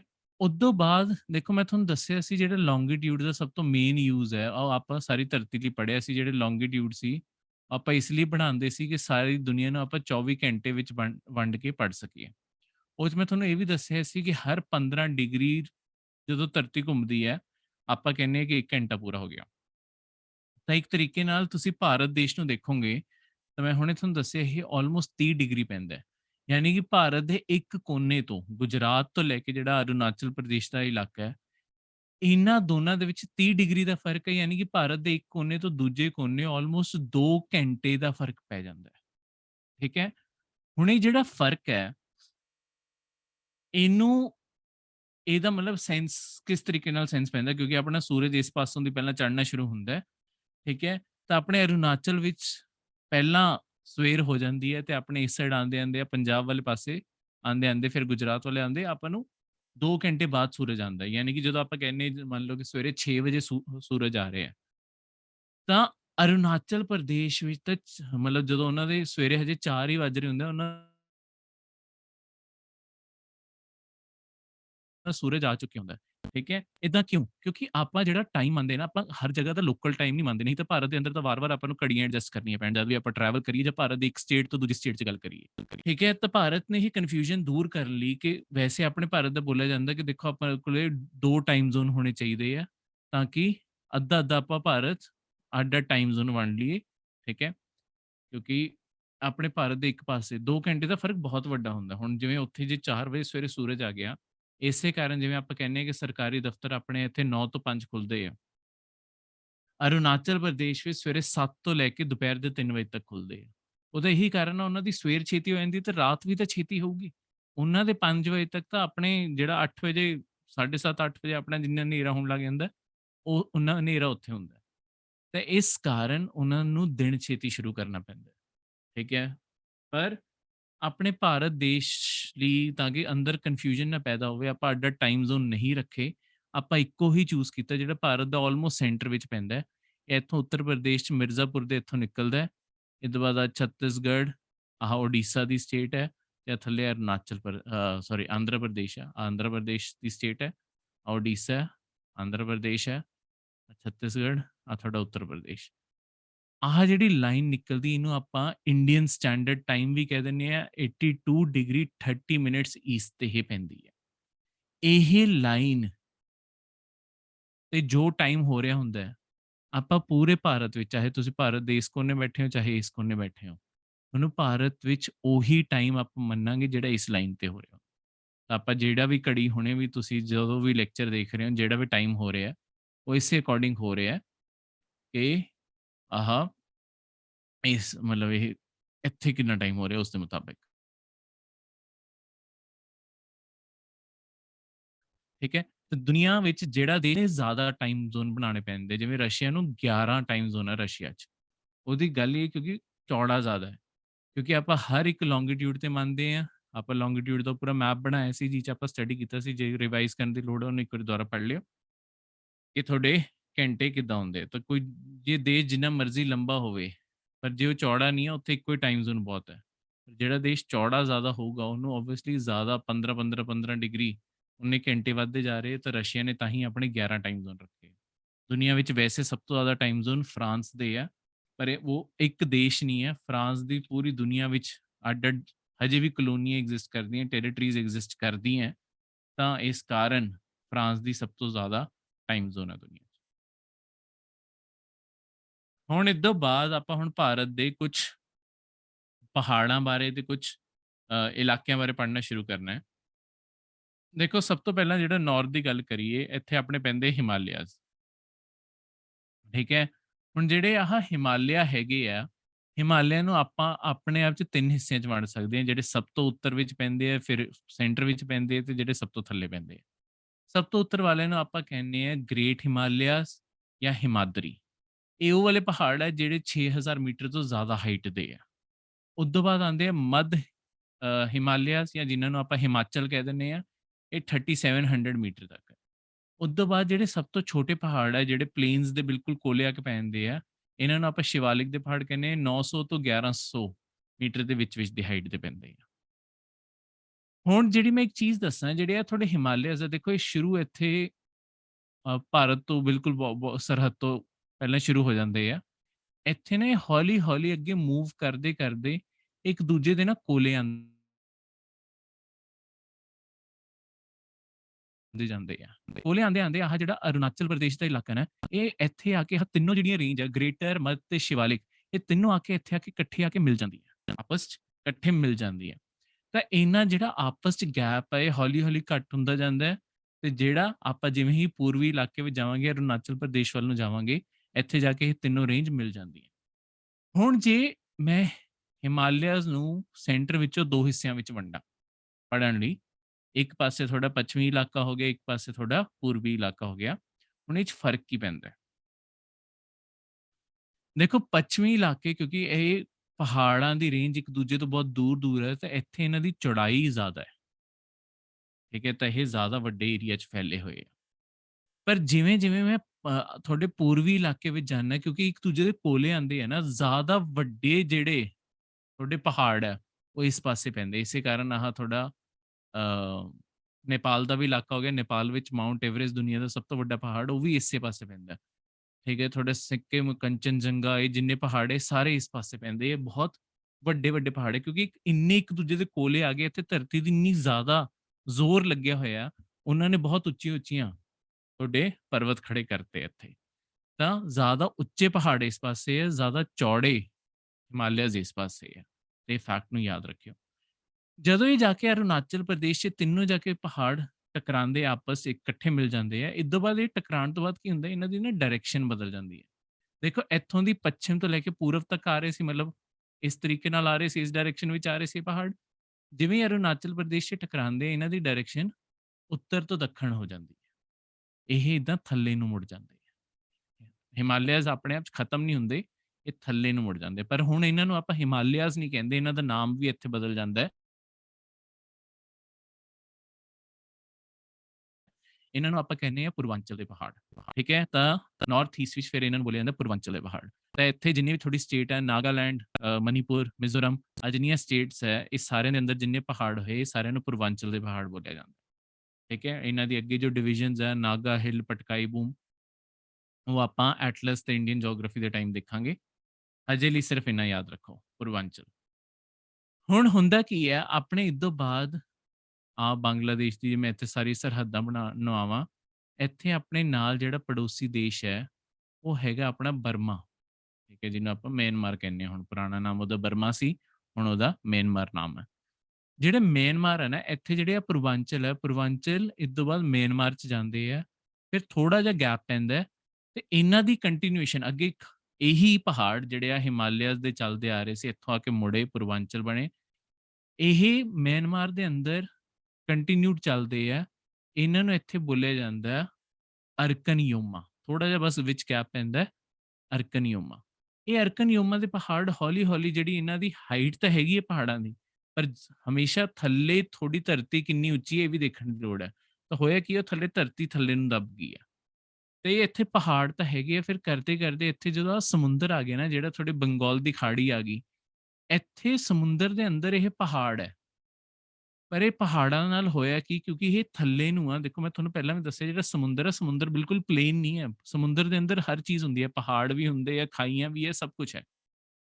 ਇੱਥੇ ਹੋਇਆ ਕੀ ਹੈ, ਜਿਹੜੇ ਆਪਣੇ ਅੰਡੇਮਾਨ ਐਂਡ ਨਿਕੋਬਾਰ ਦੇ ਜਿਹੜੇ ਟਾਪੂ ਆ ਨਾ, ਇਹ ਐਕਚੁਅਲੀ ਟਾਪੂ ਨਹੀਂ ਹੈ, ਇਹ ਤੁਹਾਡੇ ਪਹਾੜ ਹੈ। ਜੇ ਤੁਸੀਂ ਅੰਡੇਮਾਨ ਐਂਡ ਨਿਕੋਬਾਰ ਦਾ ਵੈਸੇ ਹੀ ਫੋਟੋਆਂ ਦੇਖੋਗੇ ਜਾਂ ਉੱਥੇ ਜਾ ਕੇ ਦੇਖੋਗੇ, ਤੁਸੀਂ ਦੇਖੋਗੇ ਅੰਡੇਮਾਨ ਐਂਡ ਨਿਕੋਬਾਰ ਨਾ, ਉੱਥੇ ਤੁਹਾਨੂੰ ਵਿੱਚ ਹੀ ਪਹਾੜ ਜਿਹੇ ਦਿਖਣਗੇ। ਹੋਇਆ ਕੀ ਹੈ, ਜੇ ਮੈਂ ਅੰਡੇਮਾਨ ਐਂਡ ਨਿਕੋਬਾਰ ਉੱਥੇ ਬਿਲਕੁਲ ਪਾਣੀ ਖਾਲੀ ਕਰਕੇ ਉਹਦੇ ਆਸ-ਪਾਸ ਦੇਖਾਂ, ਤੁਹਾਨੂੰ ਅੰਡੇਮਾਨ ਐਂਡ ਨਿਕੋਬਾਰ ਕੁਛ ਇਦਾਂ ਦੇ ਦਿਖਣਗੇ। ਇੱਦਾਂ ਦਾ ਇੱਕ ਇਲਾਕਾ ਮੰਨ ਲਓ। ਹੁਣ ਇੱਥੇ ਇੱਦਾਂ ਪਾਣੀ ਆ ਗਿਆ।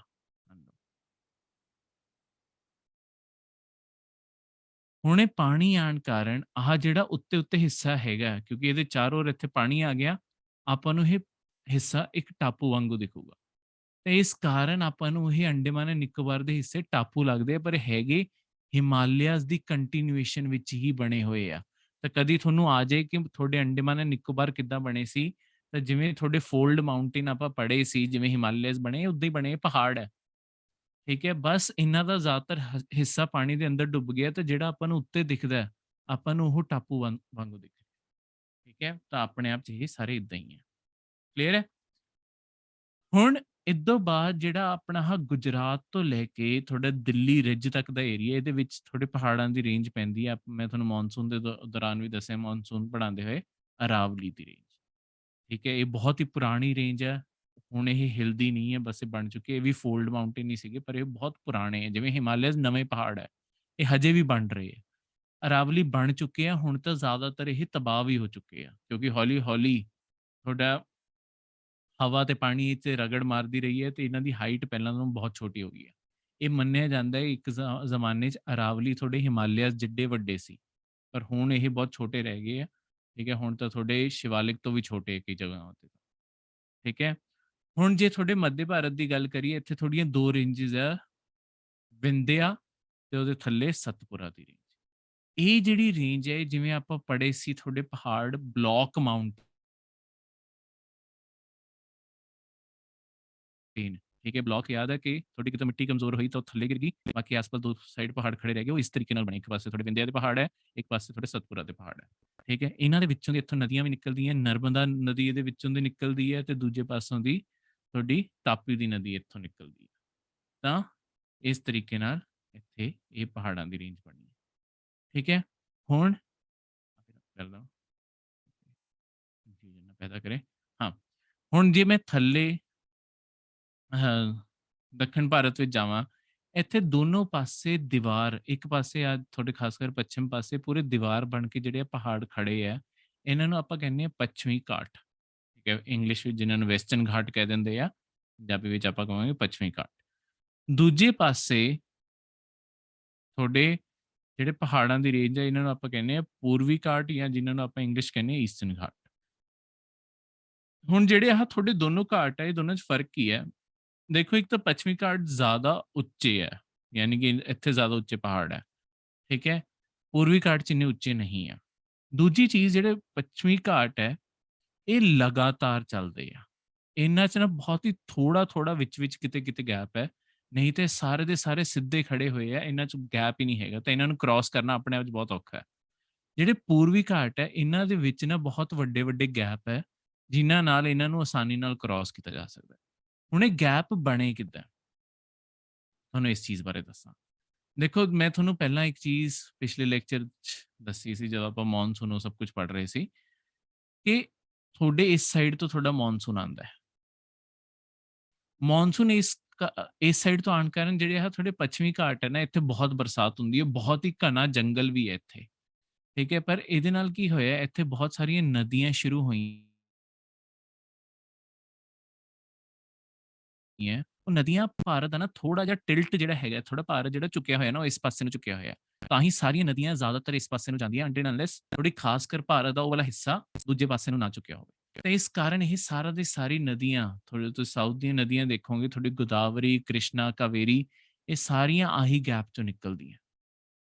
ਠੀਕ ਹੈ, ਤੇ ਇਹ ਗੈਪ ਇਸੇ ਲਈ ਬਣ ਗਈ ਕਿਉਂਕਿ ਨਦੀਆਂ ਨੇ ਵਿੱਚੋਂ ਦੀ ਓਵਰ ਦਾ ਟਾਈਮ ਪਹਾੜਾਂ ਨੂੰ ਤੋੜਤਾ, ਗੈਪ ਬਣਾਤੇ ਆ ਪੂਰੇ। ਠੀਕ ਹੈ, ਤੇ ਇਹ ਵੱਡੀ-ਵੱਡੀ ਨਦੀਆਂ ਨੇ ਇਹ ਸਾਰਾ ਗੈਪ ਤੋੜਤਾ। ਦੂਜੇ ਪਾਸੇ ਵੀ ਨਦੀਆਂ ਜਾਂਦੀਆਂ, ਜਿਵੇਂ ਨਰਮਦਾ ਇਸ ਪਾਸੇ ਨੂੰ ਜਾਂਦੀ ਹੈ, ਤਾਪੀ ਇਸ ਪਾਸੇ ਨੂੰ ਜਾਂਦੀ ਹੈ, ਪਰ ਇਹ ਇਹਨਾਂ ਪਹਾੜਾਂ ਕਾਰਨ ਹੈ ਕਿ ਇਹ ਪਹਾੜਾਂ ਨੇ ਇਸ ਸਾਈਡ ਨੂੰ ਝੁਕਾਅ ਬਣਾਤਾ ਇਹਦਾ। ਠੀਕ ਹੈ, ਨਾਰਥ ਵੀ ਦੇਖੋਗੇ, ਗੰਗਾ ਵੀ ਇਸੇ ਪਾਸੇ ਹੀ ਜਾਂਦੀ ਹੈ, ਬ੍ਰਹਮਪੁੱਤਰਾ ਵੀ ਘੁੰਮ ਕੇ ਇਸੇ ਪਾਸੇ ਨੂੰ ਹੀ ਆਉਂਦੀ ਹੈ। ਠੀਕ ਹੈ, ਯਮੁਨਾ ਵੀ ਇਸ ਪਾਸੇ ਨੂੰ ਹੀ ਗਈ, ਇਹ ਸਾਰੀਆਂ ਇਸੇ ਪਾਸੇ ਨੂੰ ਜਾਂਦੀ, ਕਿਉਂਕਿ ਆਪਣਾ ਭਾਰਤ ਥੋੜਾ ਜਿਹਾ ਇਸ ਪਾਸੇ ਨੂੰ ਝੁਕਿਆ ਹੋਇਆ। ਠੀਕ ਹੈ, ਆਪਣਾ ਜਿਹੜਾ ਇੱਥੇ ਅੰਬਾਲਾ ਦਾ ਇਲਾਕਾ ਹੈ ਨਾ, ਆਪਣਾ ਜਿਹੜਾ ਅੰਬਾਲਾ ਦਾ ਇਲਾਕਾ, ਅੰਬਾਲਾ ਇੱਕ ਤਰੀਕੇ ਨਾਲ ਵਾਟਰ ਡਿਵਾਈਡ ਦਾ ਇਲਾਕਾ ਆਪਾਂ ਉਹਨੂੰ ਕਹਿੰਦੇ ਹਾਂ। ਵਾਟਰ ਡਿਵਾਈਡ ਕੀ ਹੁੰਦਾ? ਜਿੱਥੋਂ ਦੀ ਦੋਨੋਂ ਪਾਸੇ ਧਰਤੀ ਅੱਡ-ਅੱਡ ਸਾਈਡ ਨੂੰ ਮੁੜੀ ਹੋਈ ਹੈ। ਤਾਂ ਹੀ ਜਿਹੜੀਆਂ ਆਪਣੀਆਂ ਇੰਡਸ ਦੀਆਂ ਨਦੀਆਂ, ਉਹ ਸਾਰੀਆਂ ਇਸ ਪਾਸੇ ਨੂੰ ਚਲੀਆਂ ਜਾਂਦੀਆਂ। ਬਾਕੀ ਸਾਰੀਆਂ ਅੰਬਾਲੇ ਤੋਂ ਜਿੰਨੀਆਂ ਵੀ ਇਸ ਸਾਈਡ ਨੂੰ ਨਦੀਆਂ ਪੈਣਗੀਆਂ, ਜਿੰਨੀਆਂ ਵੀ ਪੂਰਬ ਪਾਸੇ ਨਦੀਆਂ ਪੈਣਗੀਆਂ, ਉਹ ਸਾਰੀਆਂ ਇਸ ਪਾਸੇ ਜਾਣਗੀਆਂ। ਕਿਉਂਕਿ ਅੰਬਾਲਾ ਇੱਕ ਵਾਟਰ ਡਿਵਾਈਡ ਹੈ। ਅੰਬਾਲਾ ਲਈ ਇਹ ਫੈਕਟ ਯਾਦ ਰੱਖਿਓ, ਕਦੀ ਪੇਪਰ 'ਚ ਅੰਬਾਲਾ ਬਾਰੇ ਹੀ ਕੁਛ ਆ ਸਕਦਾ। ਉਹਨੂੰ ਵਾਟਰ ਡਿਵਾਈਡ ਕਹਿੰਦੇ ਆ, ਜਿੱਥੋਂ ਪਾਣੀ ਅੱਡ-ਅੱਡ ਦਿਸ਼ਾ ਵਿੱਚ ਚਲਾ ਜਾਊਗਾ। ਠੀਕ ਹੈ, ਉਹ ਅੰਬਾਲਾ ਪੈਂਦਾ ਹੈ। ਕਈ ਚੀਜ਼ਾਂ ਨਾਲ-ਨਾਲ ਤੁਹਾਨੂੰ ਫੈਕਟ ਵੀ ਦੱਸਦਾ ਜਾਨਾ ਹੁੰਦਾ, ਤੇ ਇਹਨਾਂ ਨਾਲ-ਨਾਲ ਨੋਟ ਕਰ ਲਿਆ ਕਰੋ। ਥੋੜ੍ਹਾ ਜਿਹਾ ਡਾਇਗਰਾਮ ਸਾਫ਼ ਕਰ ਲਾਂ। ਹੁਣ ਇਦੋਂ ਬਾਅਦ ਦੇਖੋ, ਜਿਹੜੇ ਆਪਣੇ ਆ ਸਮੁੰਦਰ ਦੇ ਤੱਟ ਪੈਂਦੇ ਆ, ਇਹਨਾਂ ਨੂੰ ਨਾ ਆਪਾਂ ਅੱਡ-ਅੱਡ ਨਾਮ ਦਿੱਤੇ ਹੋਏ ਆ। ਤੁਹਾਨੂੰ ਕਦੀ ਇਹ ਨਾਮ ਆ ਸਕਦੇ ਆ ਕਿ ਇਹ ਨਾਮ ਕਿਸ ਇਲਾਕੇ ਨੂੰ ਕਿਸ ਨਾਮ ਤੋਂ ਜਾਣਿਆ ਜਾਂਦਾ। ਜਿਹੜੇ ਸਮੁੰਦਰ ਦਾ ਬਿਲਕੁਲ ਤੱਟ ਦਾ ਇਲਾਕਾ, ਕੋਸਟਲ ਏਰੀਆ, ਇੱਥੋਂ ਦੇ ਇਲਾਕੇ ਨੂੰ ਕਿਸ ਨਾਮ ਤੋਂ ਪੁਕਾਰਿਆ ਜਾਂਦਾ ਹੈ। ਜਿਹੜਾ ਮੁੰਬਈ ਤੋਂ ਲੈ ਕੇ ਆ ਤੁਹਾਡੇ ਗੋਆ ਦਾ ਕਵਰ ਕਰਕੇ ਕਰਨਾਟਕਾ ਦੀ ਬਾਰਡਰ ਪਏਗੀ, ਇਸ ਪੂਰੇ ਇਲਾਕੇ ਨੂੰ ਕੋਂਕਣ ਬੋਲਿਆ ਜਾਂਦਾ। ਦੇਖੋ, ਕੋਂਕਣ ਇੱਕ ਭਾਸ਼ਾ ਵੀ ਹੈ ਜਿਹੜੀ ਇਸ ਇਲਾਕੇ ਵਿੱਚ ਬੋਲੀ ਜਾਂਦੀ ਹੈ, ਤੇ ਇਸੇ ਨਾਮ ਤੋਂ ਆਪਾਂ ਇਸ ਪੂਰੇ ਇਲਾਕੇ ਦਾ ਨਾਮ ਵੀ ਰੱਖਤਾ ਕੋਂਕਣ ਦਾ ਇਲਾਕਾ। ਉਸ ਤੋਂ ਬਾਅਦ ਇੱਥੇ ਕਰਨਾਟਕਾ ਪੈ ਜਾਂਦਾ ਹੈ। ਕਰਨਾਟਕਾ ਦੇ ਅੱਗੇ ਜਿੰਨਾ ਇਲਾਕਾ ਸਮੁੰਦਰ ਵੱਲ ਨੂੰ ਪੈਂਦਾ, ਉਹਨੂੰ ਆਪਾਂ ਕੰਨੜ ਦਾ ਇਲਾਕਾ ਕਹਿੰਦੇ ਹਾਂ। ਉਸ ਤੋਂ ਬਾਅਦ ਥੋੜੀ ਕੇਰਲਾ ਦੀ ਸਟੇਟ ਪੈ ਜਾਂਦੀ ਹੈ। ਕੇਰਲਾ ਦੇ ਅੱਗੇ ਜਿਹੜਾ ਇਲਾਕਾ, ਉਹਨੂੰ ਆਪਾਂ ਮਾਲਾਬਾਰ ਦਾ ਏਰੀਆ ਕਹਿੰਦੇ। ਹੁਣ ਦੂਜੇ ਪਾਸੇ ਤਾਮਿਲਨਾਡੂ ਆ ਗਿਆ। ਤਾਮਿਲਨਾਡੂ ਜਿਹੜਾ ਪੂਰਾ ਦਾ ਪੂਰਾ ਹੈਗਾ, ਤਾਮਿਲਨਾਡੂ ਤੇ ਤੁਹਾਡਾ ਪੁਡੂਚੇਰੀ ਦਾ ਇਲਾਕਾ, ਇਹਨੂੰ ਆਪਾਂ ਕੋਰੋਮੰਡਲ ਦਾ ਇਲਾਕਾ ਕਹਿੰਦੇ। ਇਸ ਤੋਂ ਬਾਅਦ ਇੱਥੇ ਥੋੜੀ ਆਂਧਰ ਪ੍ਰਦੇਸ਼ ਤੇ ਥੋੜੀ ਉੜੀਸਾ ਦੀ ਜਿਹੜੀ ਸਟੇਟ ਆ, ਬੰਗਾਲ ਨਹੀਂ ਬਸ, ਆਹ ਆਂਧਰ ਪ੍ਰਦੇਸ਼ ਤੇ ਉੜੀਸਾ, ਇਹਨੂੰ ਆਪਾਂ ਉੱਤਰੀ ਸਰਕਲ ਦਾ ਏਰੀਆ ਕਹਿੰਦੇ ਹਾਂ।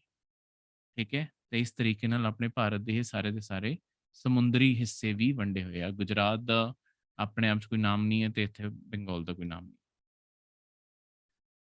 ਠੀਕ ਹੈ, ਹੁਣ ਗੁਜਰਾਤ ਨੂੰ ਵੈਸੇ ਗੁਜਰਾਤ ਦੇ ਦੇਖੋ ਦੋ ਫੀਚਰ ਹੈ, ਪਰ ਇੱਕ ਹੈਗਾ ਜਿਹੜਾ ਗੁਜਰਾਤ ਦਾ ਮੂੰਹ ਬਣ ਜਾਂਦਾ ਹੈ, ਇਹਨੂੰ ਆਪਾਂ ਕਹਿੰਦੇ ਹਾਂ ਗਲਫ ਆਫ ਕੱਚ, ਤੇ ਜਿਹੜਾ ਆਹ ਥੱਲੇ ਵਾਲਾ ਇਲਾਕਾ ਇਹਨੂੰ ਕਹਿੰਦੇ ਆ ਆਪਾਂ ਗਲਫ ਆਫ ਖੰਬਤ। ਠੀਕ ਹੈ, ਖੰਬਤ ਦੀ ਖਾੜੀ ਤੇ ਕੱਛ ਦੀ ਖਾੜੀ। ਠੀਕ ਹੈ, ਤਾਂ ਇਹੀ ਚੀਜ਼ ਤੋਂ। ਠੀਕ ਹੈ, ਬਾਕੀ ਆਹ ਮੈਂ ਇੱਕ ਬੇਸਿਕ ਮੈਪ ਦੇਤਾ ਤੁਹਾਨੂੰ, ਜਿਸ ਤੋਂ ਤੁਸੀਂ ਸਾਰੀਆਂ ਨਦੀਆਂ ਇੱਕ ਵਾਰੀ ਪੜ੍ਹ ਸਕਦੇ ਹੋ। ਇਹੀ ਚੀਜ਼ਾਂ ਨੂੰ ਆਪਾਂ ਇੰਡੀਅਨ ਜੀਓਗ੍ਰਾਫੀ ਵਿੱਚ ਵੀ ਹੋਰ ਜਾ ਕੇ ਡਿਟੇਲ ਵਿੱਚ ਪੜਾਂਗੇ। ਠੀਕ ਹੈ, ਪਰ ਇੱਕ ਵਾਰੀ ਇੱਥੇ ਜਨਰਲ ਸਟੱਡੀ ਕਰਨ ਲਈ ਇਹ ਵੀ ਇੱਥੇ ਦੇਤਾ, ਤਾਂ ਕਿ ਤੁਸੀਂ ਦੇਖ ਸਕੋ। ਆ ਦੇਖੋ, ਜਿਹੜੀ ਵੁਲਰ ਲੇਕ ਹੈ, ਜੇ ਇੱਥੇ ਤੁਸੀਂ ਦੇਖੋਗੇ ਆ ਜੇਹਲਮ ਇਹਦੇ ਬਿਲਕੁਲ ਇੱਥੋਂ ਨਿਕਲ ਕੇ ਆਉਂਦੀ ਹੈ। ਤਾਂ ਤੁਹਾਨੂੰ ਕਦੀ ਪੇਪਰ 'ਚ ਕੁਐਸਚਨ ਆ ਜਾਏ ਵੁਲਰ ਲੇਕ ਨੂੰ ਕਿਹੜੀ ਨਦੀ ਪਾਣੀ ਸਪਲਾਈ ਕਰਦੀ ਹੈ, ਉਹਦਾ ਆਨਸਰ ਜੇਹਲਮ ਹੋਊਗਾ। ਠੀਕ ਹੈ, ਸਾਂਬਰ ਲੇਕ ਕਿੱਥੇ ਪੈਂਦੀ ਹੈ? ਥੋੜਾ ਰਾਜਸਥਾਨ ਦਾ ਇਲਾਕਾ ਹੈ। ਸਾਂਬਰ ਲੇਕ ਕਿੱਥੇ ਪੈਂਦੀ ਹੈ? ਚੰਬਲ। ਠੀਕ ਹੈ, ਮਤਲਬ ਚੰਬਲ ਦਾ ਸਾਂਬਰ ਨਾਲ ਕੁਝ ਲੈਣਾ ਦੇਣਾ ਨਹੀਂ ਹੈ, ਸਿਰਫ ਵੁਲਰ ਦਾ ਫੈਕਟ ਸੀ। ਸ਼੍ਰੀਨਗਰ ਨੂੰ ਪਾਣੀ ਥੋੜੀ ਜੇਹਲਮ ਦਿੰਦੀ ਹੈ। ਠੀਕ ਹੈ, ਇਸ ਤਰੀਕੇ ਨਾਲ। ਤਾਂ ਇਹ ਸਾਰਾ ਤੇ ਸਾਰੀ ਚੀਜ਼ ਫੇਰ ਹੈ। ਹੁਣ ਲਾਸਟ ਵਿੱਚ ਜਾਂਦੇ ਹੋਏ ਆਪਾਂ ਭਾਰਤ ਦੀ ਰੌਕ ਸਿਸਟਮ ਬਾਰੇ ਆਪਾਂ ਪੜ੍ਹਨਾ। ਭਾਰਤ ਦੇ ਰੌਕ ਸਿਸਟਮ ਬਾਰੇ ਆਪਾਂ ਪੜ੍ਹਨਾ। ਹੁਣ ਇਹ ਭਾਰਤ ਦਾ ਰੌਕ ਸਿਸਟਮ ਕੀ ਹੈ? ਦੇਖੋ, ਭਾਰਤ ਨਾ ਸਾਰਾ ਦਾ ਸਾਰਾ ਇਕੱਠੇ ਨਹੀਂ ਆਹ ਸਾਰਾ ਦੇਸ਼ ਬਣਿਆ। ਜਿਵੇਂ ਮੈਂ ਤੁਹਾਨੂੰ ਦੱਸਿਆ ਸੀ, ਭਾਰਤ ਦੀ ਪਲੇਟ ਹੌਲੀ-ਹੌਲੀ ਅੱਗੇ ਨੂੰ ਮੂਵ ਕੀਤੀ ਹੈ, ਜਾ ਕੇ ਥੋੜੀ ਯੂਰੇਸ਼ੀਆ ਦੀ ਪਲੇਟ ਨਾਲ ਟਕਰਾਈ ਹੈ। ਠੀਕ ਹੈ, ਫਿਰ ਥੋੜੇ ਹਿਮਾਲਿਆਜ਼ ਬਣੇ, ਆਖਰੀ ਵਿੱਚ ਤੁਹਾਡੇ ਜਿਹੜੇ ਅੱਜ ਆਪਾਂ ਪਲੇਨ ਦੇ ਇਲਾਕਿਆਂ ਵਿੱਚ ਰਹਿੰਦੇ ਉਹ ਬਣੇ ਆ। ਤਾਂ ਬਾਕੀ ਸਾਰਾ ਭਾਰਤ ਵੀ ਇਕੱਠੇ ਨਹੀਂ ਬਣਿਆ। ਇਹ ਪਿਛਲੇ ਲੱਖਾਂ ਸਾਲਾਂ ਦੇ ਅੰਦਰ ਜਿੰਨੀ ਚੀਜ਼ ਬਣੀ ਹੈ, ਹੌਲੀ-ਹੌਲੀ ਕਰਕੇ ਬਣੀ ਹੈ। ਤੇ ਇਹ ਸਾਰੇ ਪੱਥਰਾਂ ਨੂੰ ਆਪਾਂ ਅੱਡ-ਅੱਡ, ਇਹਨਾਂ ਦੀ ਉਮਰ ਕਿੰਨੀ ਪੁਰਾਣੀ ਹੈ ਤੇ ਉਸੇ ਅਕੋਰਡਿੰਗ ਉੱਤੇ ਕਿਹੜੇ-ਕਿਹੜੇ ਮਿਨਰਲ ਮਿਲਦੇ ਆ, ਇਹ ਵੀ ਆਪਾਂ ਦੇਖ ਸਕਦੇ ਹੁੰਦੇ ਹਾਂ। ਤੇ ਜਿਹੜਾ ਭਾਰਤ ਦਾ ਸਭ ਤੋਂ ਪੁਰਾਣਾ ਇਲਾਕਾ, ਉਹਨੂੰ ਆਰਕੀਅਨ ਦਾ ਏਰੀਆ ਬੋਲਿਆ ਜਾਂਦਾ ਹੈ। ਆਹ ਜਿਹੜਾ ਇਦਾਂ ਦੀ ਲਾਈਨਾਂ ਵਿੱਚ ਆਹ ਸਾਰਾ ਦਾ ਸਾਰਾ ਇਲਾਕਾ ਬਣਿਆ ਹੋਇਆ ਹੈ, ਇਹਨੂੰ ਆਪਾਂ ਆਰਕੀਅਨ ਦਾ ਇਲਾਕਾ ਬੋਲਦੇ ਹਾਂ। ਜਿਹੜਾ ਤੁਹਾਡਾ ਆਰਕੀਅਨ ਦਾ ਇਲਾਕਾ ਹੈ ਸਾਰਾ, ਇਹ ਸਭ ਤੋਂ ਪੁਰਾਣਾ ਭਾਰਤ ਸਿਰਫ ਇੰਨਾ ਕੁ ਦਿਖਦਾ ਸੀ। ਜਿਹੜੀ ਸਭ ਤੋਂ ਪੁਰਾਣੀ, ਅੱਜ ਤੋਂ ਕਰੋੜੋਂ ਸਾਲ ਪਹਿਲਾਂ ਭਾਰਤ ਸਿਰਫ ਇੰਨਾ ਕੁ ਸੀ। ਹੌਲੀ-ਹੌਲੀ ਤੁਹਾਡੀ ਬਾਕੀ ਚੀਜ਼ਾਂ ਐਡ ਹੁੰਦੀਆਂ ਗਈਆਂ, ਜਿਵੇਂ ਤੁਹਾਡਾ ਭਾਰਤ ਜਦੋਂ ਹੌਲੀ-ਹੌਲੀ ਏਸ਼ੀਆ ਵੱਲ ਨੂੰ ਮੂਵ ਕਰ ਰਿਹਾ ਸੀ, ਇੱਕ ਸਟੇਜ ਇਦਾਂ ਦੀ ਵੀ ਆਈ ਸੀ ਕਿ ਭਾਰਤ ਨਾ ਇੱਕ ਇਦਾਂ ਦੇ ਇਲਾਕੇ ਤੋਂ ਨਿਕਲਿਆ, ਜਿੱਥੇ ਨਾ ਭਾਰਤ ਇਦਾਂ ਦੇ ਇੱਕ ਆਊਟਲੈਟ ਤੋਂ ਉੱਤੇ ਨਿਕਲ ਰਿਹਾ ਸੀ, ਜਿੱਥੋਂ ਥੱਲੇ ਲਾਵਾ ਫਟ ਕੇ ਬਾਹਰ ਆ ਰਿਹਾ ਸੀ।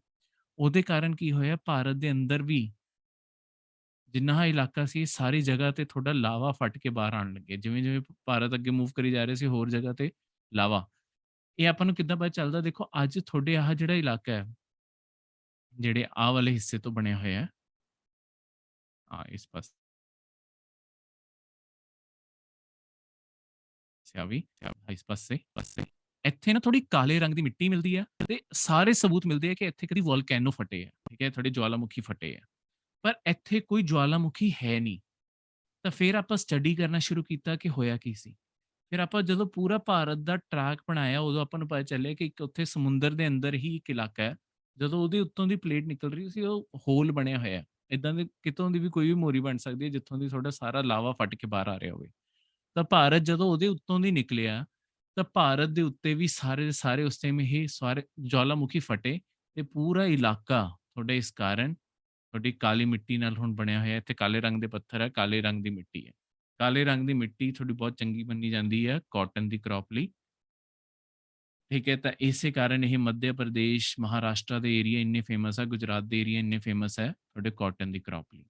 ਇਹ ਸਾਰੀ ਚੀਜ਼ ਕਦੋਂ ਕਿਹੜੀ ਚੀਜ਼ ਬਣੀ, ਉਦੋਂ ਬਾਅਦ ਜਿਵੇਂ ਮੈਂ ਤੁਹਾਨੂੰ ਦੱਸਿਆ ਤੁਹਾਡੇ ਪਹਾੜ ਬਣੇ ਆ, ਤੇ ਸਭ ਤੋਂ ਐਂਡ ਵਿੱਚ ਤੁਹਾਡੇ ਪਲੇਨ ਬਣੇ ਆ, ਤਾਂ ਡਾਟ ਨਾਲ ਤੁਹਾਡੇ ਪਲੇਨ ਦਿਖਾਏ ਆ, ਠੀਕ ਹੈ? ਐਲੂਵੀਅਲ ਦਾ ਇਲਾਕਾ ਜਿਹਨੂੰ ਆਪਾਂ ਕੁਆਟਰਨਰੀ ਇਲਾਕਾ ਵੀ ਕਹਿ ਦਿੰਦੇ ਹਾਂ। ਇਸੇ ਚੀਜ਼ ਨੂੰ ਮੈਂ ਹੁਣ ਪੂਰੀ ਤਰੀਕੇ ਨਾਲ ਡਿਫਾਈਨ ਕਰਨ ਲਈ ਆਹ ਇੱਕ ਪੂਰਾ ਟੇਬਲ ਬਣਾਤਾ ਹੈ। ਹੁਣ ਤੁਸੀਂ ਆਰਾਮ ਨਾਲ ਇੱਥੇ ਇੱਕ ਵਾਰੀ ਵੀਡੀਓ ਨੂੰ ਪੌਜ਼ ਕਰਕੇ ਇਸ ਪੂਰੇ ਟੇਬਲ ਨੂੰ ਇੱਕ ਵਾਰੀ ਸਟੱਡੀ ਵੀ ਕਰ ਸਕਦੇ ਹੋ। ਭਾਰਤ ਕਿੱਥੋਂ ਦੀ ਬਣਨਾ ਸ਼ੁਰੂ ਹੋਇਆ ਤੇ ਕਿੱਥੇ ਤੱਕ ਬਣਿਆ, ਇਹ ਪੂਰਾ ਦਾ ਪੂਰਾ ਇੱਕ ਸੀਕੁਐਂਸ ਹੋ ਗਿਆ, ਠੀਕ ਹੈ? ਇਸ ਤਰੀਕੇ ਨਾਲ ਤੇ ਇਸ ਸਾਰੀ ਚੀਜ਼ ਨੂੰ ਸਟੱਡੀ ਕਰੋ। ਸਾਫ਼ ਕਰ ਦਿੰਦਾ ਮੈਂ ਦੁਬਾਰਾ ਤੋਂ, ਠੀਕ ਹੈ? ਕਿਹੜੇ-ਕਿਹੜੇ ਇਲਾਕੇ ਹੈ, ਕਿਹੜੇ-ਕਿਹੜੇ ਉੱਥੇ ਚੀਜ਼ਾਂ ਮਿਲਦੀਆਂ, ਠੀਕ ਹੈ? ਚਾਂਦੀ ਮਿਲਦੀ ਹੈ, ਸੋਨਾ ਮਿਲਦਾ ਹੈ, ਇਹ ਸਭ ਕੁਝ ਇੱਥੇ ਮੈਂ ਲਿਖਿਆ ਹੋਇਆ। ਇਹਨੂੰ ਆਰਾਮ ਨਾਲ ਪੜ੍ਹੋ। ਤੇ ਦੂਜਾ, ਇਹਦੇ ਨਾਲ ਜਿਹੜਾ ਆਹ ਭਾਰਤ ਦਾ ਨਕਸ਼ਾ ਹੈ, ਉਸ ਤੋਂ ਬਾਅਦ ਇਹਦੇ ਨਾਲ ਕੰਪੇਅਰ ਕਰਕੇ ਦੇਖ ਲਿਓ ਕਿ ਅੱਛਾ ਆਹ ਇਲਾਕੇ ਨੂੰ ਆਹ ਕਰਕੇ ਲਿਖਿਆ ਹੋਇਆ, ਠੀਕ ਹੈ? ਇਹ ਸੀਗਾ ਤੁਹਾਡਾ ਅੱਜ ਦਾ ਲੈਕਚਰ। ਮਿਲਦੇ ਹਾਂ ਅਗਲੇ ਲੈਕਚਰ, ਜਿੱਥੇ ਆਪਾਂ ਭਾਰਤ ਦੇ